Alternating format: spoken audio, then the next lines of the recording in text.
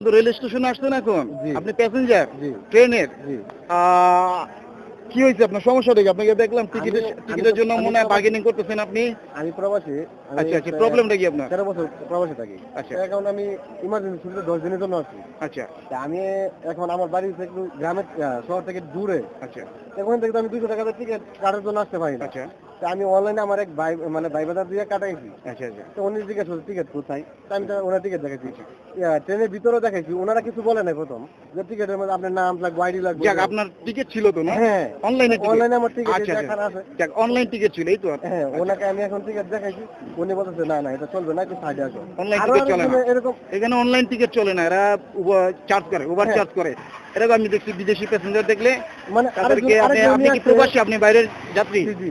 আপনি কি বাইরের যাত্রী? জি। আচ্ছা, আচ্ছা। আপনি কোথা থেকে আসলেন ভাইয়া? যে আমি থাকি ওমান।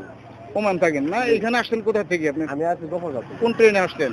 আচ্ছা, ব্রহ্মপুত্র। আপনার টিকিটটা কি আছে সাথে? আমার অনলাইনে আমার মোবাইলে ফোনে আছে। একটু দেখানো যাবে? অবশ্যই।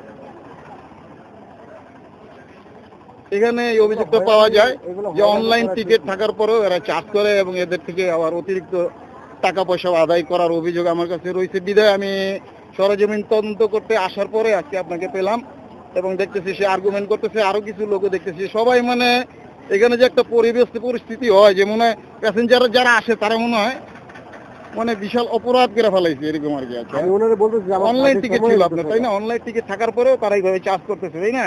আমাকে দেখার পরে হয়তো আপনাকে এখন ছাড়লো, আদারওয়াইজ তারা টিকিট ছাড়া বা চার্জ করা ছাড়া ছাড়বে না। এনিওয়ে আপনার নামটা কি?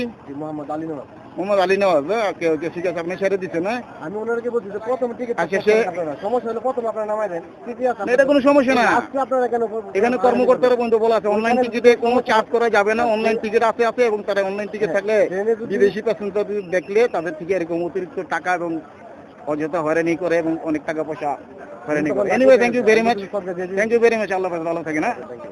Thank you.